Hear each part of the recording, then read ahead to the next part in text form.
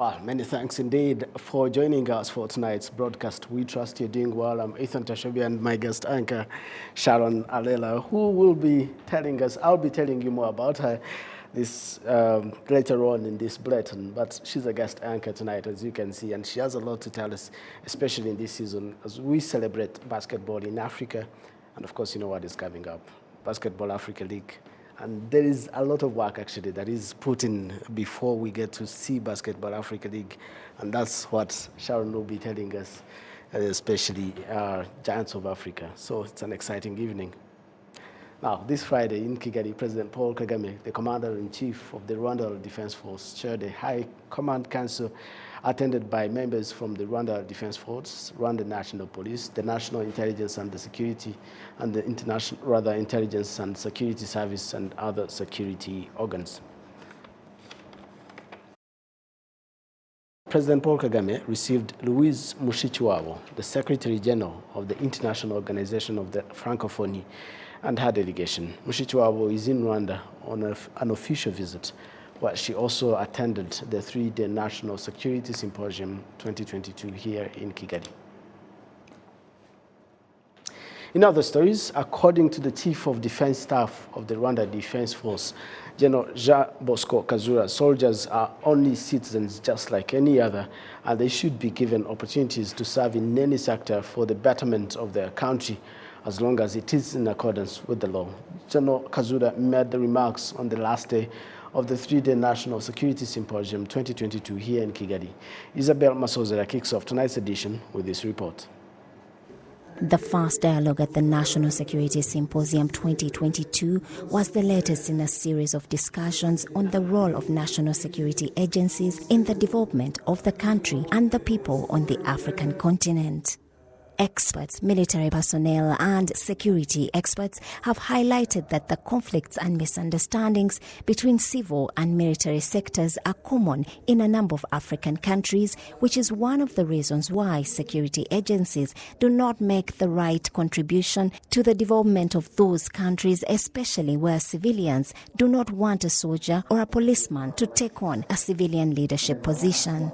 It is against this background that the Rwandan General Chief of Defence Staff of the Rwanda Defence Force, General Jean Bosco Kazura, reiterated that being a civilian or in the military should not be a problem as long as one is fulfilling their responsibilities.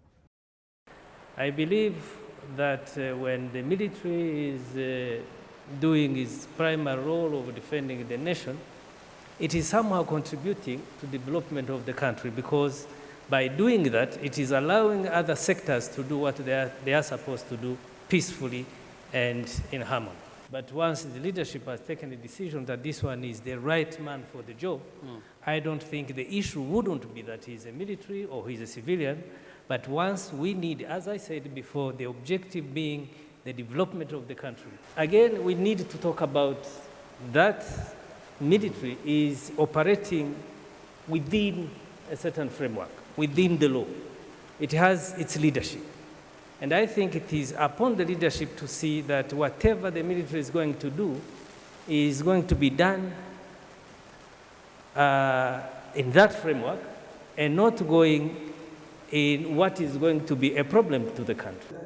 The military commander of the Zambian army, General Dennis Satali Alibuzui, also says that there are times when security agencies are needed to correct the mistakes of some of the leaders in the public service. If you compare the performance of certain civilians in a relationship to those who are in uniform and appointed in a civilian appointment, there's a difference in performance because the military person still carries that discipline and oath of allegiance. And at the same time, remain accountable and have the fear for misusing resources. The planning processes that we follow in carrying out a project are precise, and at all times we make that feedback procedure to our superiors, which in most cases the civilians don't do. We have a number of examples in Zambia, projects that were supposed to be completed way back. The monies were released, to various contractors, but there's nothing that's happened. And for 3 or 4 years, more than 6 years in fact, there's been no feedback to show that the project was completed, the money was prudently used. Senior officers of the RDF SCSC Military Academy, who were scheduled to hold the talks, said the meeting was intense and in-depth, which will help them in their work after a broader understanding of security. That is according to Rwandan SSP Jean Damascene Katabarwa and Malawi Lieutenant Colonel George Taziona Nyarugwe. This symposium has been a very enlightening environment. It has broadened my understanding on the various elements of security. As an officer, you need to contribute to the national strategic aim as well as the strategic end state. This means that whatever the officer does, it has to contribute to the whole government approach to achieve the national strategic aim. You don't work in isolation.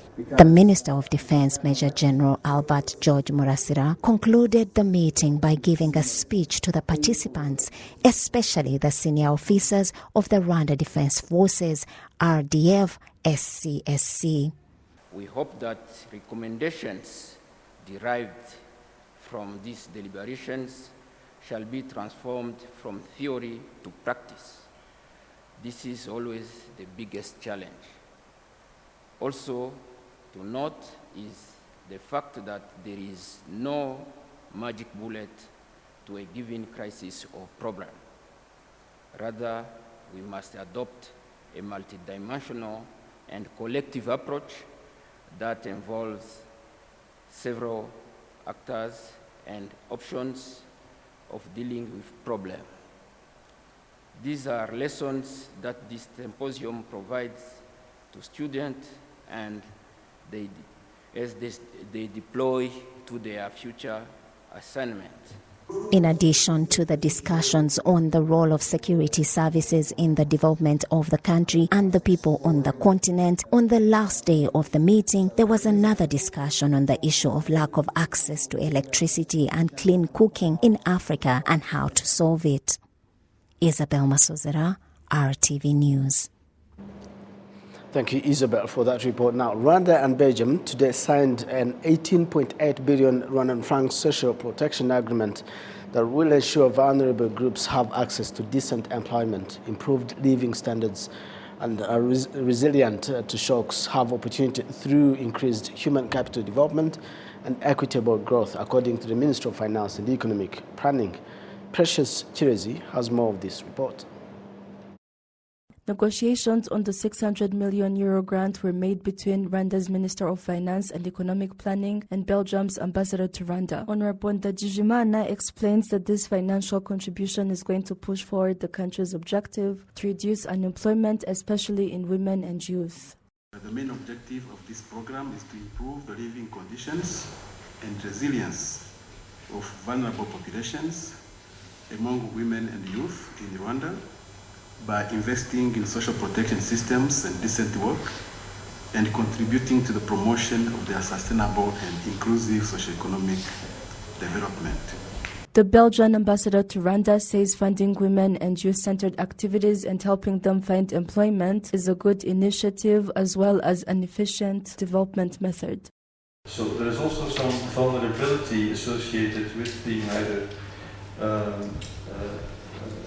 being active in, as a female or as a youth in these sectors. So we focus on them because there is a vulnerability and they perhaps need the protection more than others.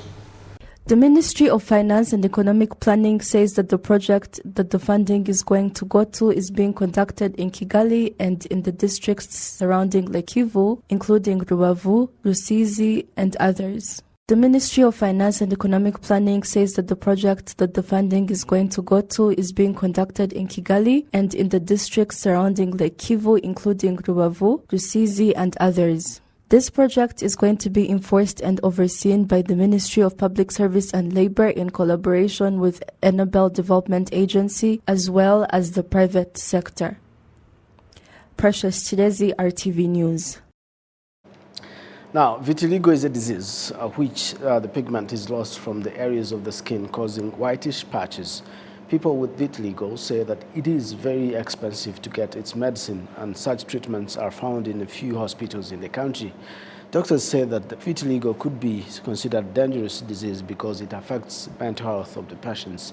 But why should we care about this vitiligo, and why should the government actually invest in the treatment of this disease? Betty Motoni has more.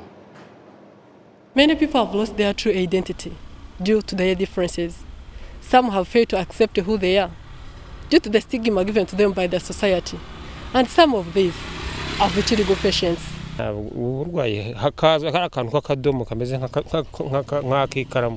This disease starts as a small dot on your body. If it starts on your hands, in a month it burns your lips, and all that confuses you.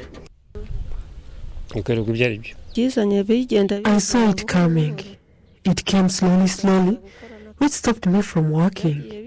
It came slowly and it spread to the whole body. Although vitiligo patients try to accept who they are still facing the stigma imposed to them by the society, which affects them emotionally, and they lack confidence to go and participate in different activities, but instead prefers to stay home lonely, which can cause trauma, as it is explained by Antoinette Bahati, who has been with it for over 35 years. The whole community talks about you because you do not look like them. To me, it touched my lips first, and people would say that I got HIV/AIDS, and others would say that I was struck by thunder, and even others called it witchcraft. So due to such comments, makes one uncomfortable. Some of vitiligo patients do not go to the hospital as should, and this is due to hardship in accessing health facilities. Therefore, they request the government to provide enough and affordable health facilities which will help them to get treatment easily.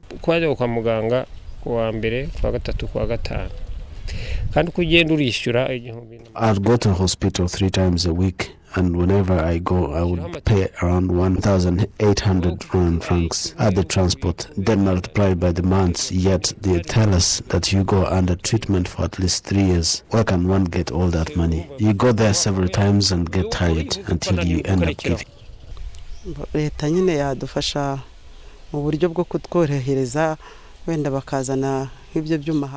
Government can help us bring health facilities closer. Another thing, some of the medicine we are required to take, Mutual cannot pay them. There is a gel we always need to smear our skin, which Mutual cannot pay, and it is very expensive. Government can help us to get such medicine using Mutual. Dr.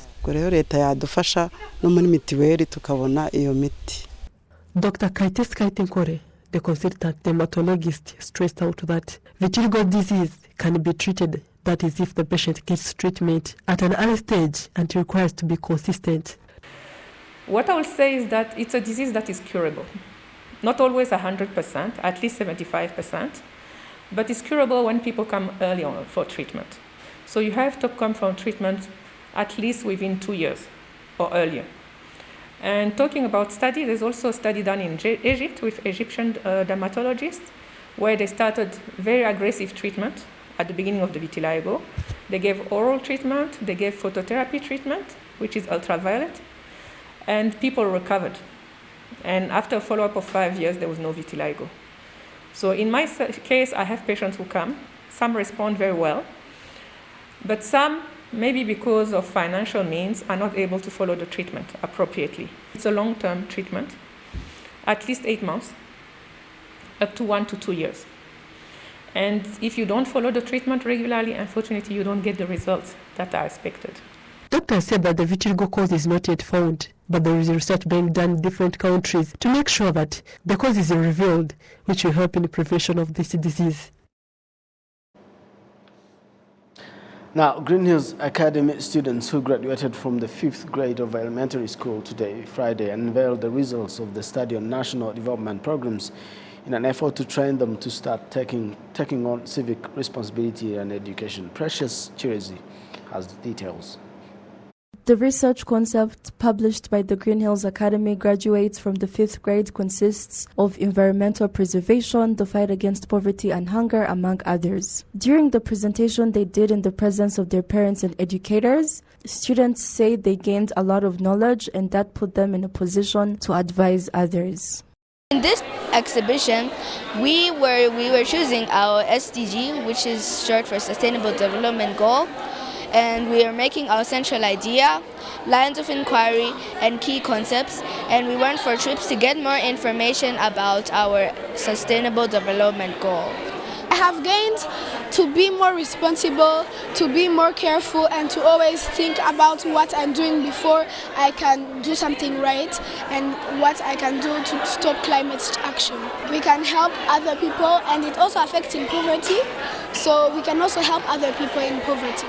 Parents say they're pleased with how the students conducted themselves and their mental health is evident merely from the way they speak, thus being of the view that the country will have a knowledgeable generation ahead of them should this be consistent. The principal of the Green Hills Academy primary section says the passion the students have at such a young age is hope that Rwanda's development in the future is intact. Are ready to take action and ready to take the next steps to help our entire community. We are extremely proud of them. They have flourished and we want them to continue. We tell them that this night is not just about this one night, but taking action will continue on into the future. The research has been going on for approximately 2 weeks and has yielded several results, including providing access to mutuelle de santé to those that cannot afford it. Precious Chilezi, RTV News. Thank you, Precious. Now, experts in agribusiness know that empowering youth about agriculture and livestock would be one of the solutions to help young people cope with unemployment. Olvinete reports. The Rural Youth Employment Support Project is a project of Kilimo Trust that builds technical skills in young people and aims at contributing to sustainable employment and income-generating opportunities for the youth in agriculture-related activities through an integrated agribusiness hub. Some of the youth involved in this project say that the knowledge gained is beneficial to them. I'm a farmer. I grow prunes and passion fruits. But during dry season, I used to face challenges. But now, because of the skills gained, I'll be able to use the irrigation system, and the harvest will increase, and I'll be able to supply to different markets. The International Fund for Agricultural Development, IFAD, as a partner of the project, noted that the project is not only designed to train them in agriculture and livestock farming, but also to provide them with necessary skills to compete at the labor market. We are already seeing that the first cohort of young people, about 300, already all of them have secured jobs. They are getting empowerment, technical empowerment. We are not only looking at technical training, but we are also looking at how do we integrate management skills, entrepreneurial skills. The Rwanda Youth and Agribusiness Forum points out that they are ready to support the trainees of this project by connecting them to potential employers as well as financing their business projects. We started looking for different people who will help them in internships. People who are already in this field, we are connecting them with others who have potential projects, either industries or even self-employed people, so that they can teach them and train them. Andrew Gashaija, the coordinator of this project, notes that the reason they chose the youth in rural areas is because they are most affected by this issue of unemployment, and also because most of agricultural projects are done in rural areas. Of course, farming mostly is done in the rural places, in the rural districts, and that is where we have youth with limited options other than farming. So if they can come with innovative approaches towards farming, innovative ideas, it means they can improve our farming systems. They are energetic, they are still young, and these are what they are learning today. These are actually a result of the labor market assessment we conducted. So we know that these skills are in high demand in the labor market. The project is expected to be completed by 2024. The first cohort of this project consists of 339 students aged between 18 and 30 years. They are from 16 districts and will receive skills about 10 different agribusiness projects. Olive Nete, RTV News. Welcome back. Glad you're watching RTV News. On the international scene, President Joe Biden opened his trip to Asia on Friday with a focus on U.S. tech touring a Samsung computer chip in South Korea. He's seeking to reassure allies about countering China's influence and to discuss deterrence against North Korea's nuclear ambitions.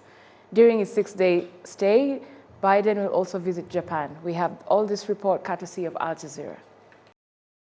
Well, there you have it now. Tomorrow, Saturday, a one-day moving forward forward forum will open in Kigali to discuss the growth of basketball in Africa. The events hosted by the Giants of Africa in collaboration with the government of Rwanda will also see the unveiling of Club Lafichi, a basketball court accompanying amenities. Now, joining me in the studio is Sharon Arera, that you saw a few minutes ago, reading news, the partnership and media manager at Giants of Africa. Thank you so much for joining us here on RwandaTV. Thank you for having me. Pleasure. I hope I didn't make any mistakes in the introduction. If I did, then you're going to have We'll correct it, no worries. Because at this point, we are co-anchors. That was harder than I thought. How did it go? Oh, I couldn't see much. The English disappeared, and yet I was reading it. Well, welcome to Rwanda, first of all. And thank you. You must be a journalist, aren't you? You did great. I mean, you did great. I probably practiced today in the mirror. Yeah. Maybe. So who's Sharon Aria, first of all? Let's start from there before we go into the details of what you do. Sharon is a Kenyan woman into sports. Played a lot of sports. You do? Love sports. Big family person. I grew up with boys, so I've always played sports with boys. And for that reason, I accidentally actually got into sports, but that's a story for another day. But today, I am a professional in the sports world, working for Giants of Africa in partnerships and management on the continent. Super stuff. Now, I understand Giants of Africa are they the ones organizing moving basketball forward, moving sports forward? Moving sports forward. Moving sports forward forum. Yes. That will be happening tomorrow. Yes. In the morning. And then in the evening, we have a lot of games happening. It's a series of events tomorrow. So tell us about it, about the forum itself. What is it about? What do we intend to achieve with this forum? Okay. So moving sports forward forum is a session that a breakfast session that we're hosting with as Giants of Africa and the Basketball Africa League. Yeah. And we are hosting this to really talk about how to advance the conversation of improving and developing sports on the continent. And this is a perfect platform, Rwanda, because this is also the period where the Basketball Africa League finals are happening. But as we look at the conversation happening in Africa now, and this week climate change was a big one in Rwanda, it's not a lot of conversations about advancing sports, improving the youth, developing sports infrastructure. And that is all we're going to talk about tomorrow. For example, what's the impact of the Kigali arena on the Kigali or Rwanda economy? And how can we replicate that to the rest of Africa? Yeah. How can we bring in the private sector? The government is also involved tomorrow. The government will be there. The rest of the Rwanda private sector will be there. African private sector will be there. Youth from Rwanda who've been in our program, who've been in other sports program. It's a very massive and very interactive session. NBA is there, Basketball Africa League is there. Everything will be discussed tomorrow about really uplifting the industry. Okay, in just a few details, how would you describe the status of basketball in Africa? Now, what does the continent need to actually become a global sports powerhouse, a global basketball powerhouse? What the reason I'm asking is when you watch, we know there is NBA playoffs going on right now, and I think, if I'm not wrong, 80% of the players, they look like us here, right here. So quite, if If we've had brain drain, we probably have had talent drain, to borrow the word. What do we need to do as Africa to make sure that such talents are retained? If they go there, they also succeed, but they come back and play for Africa.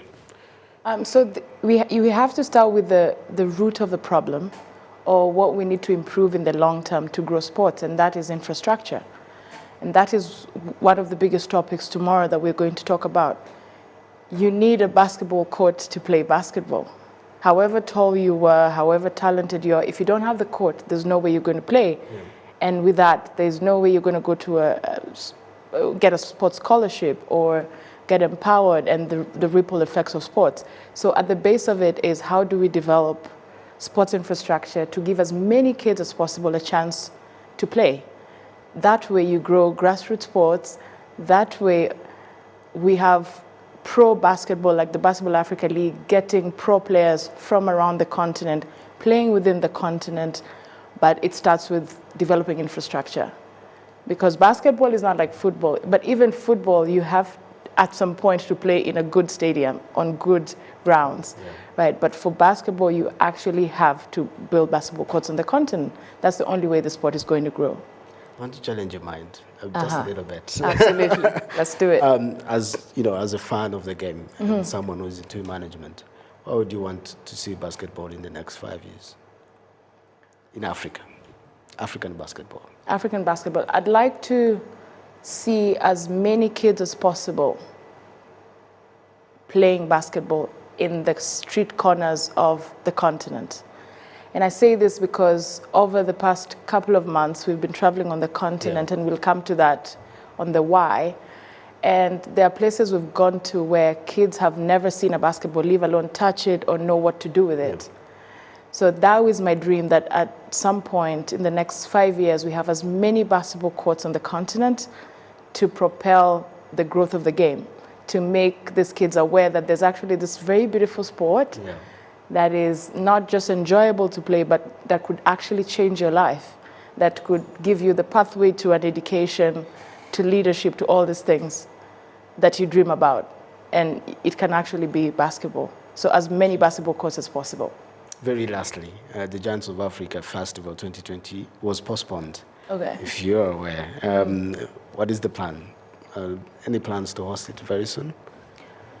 So we are still figuring that out. The pandemic came with a lot of challenges, and as we were trying to figure that out, we pivoted to building basketball courts instead.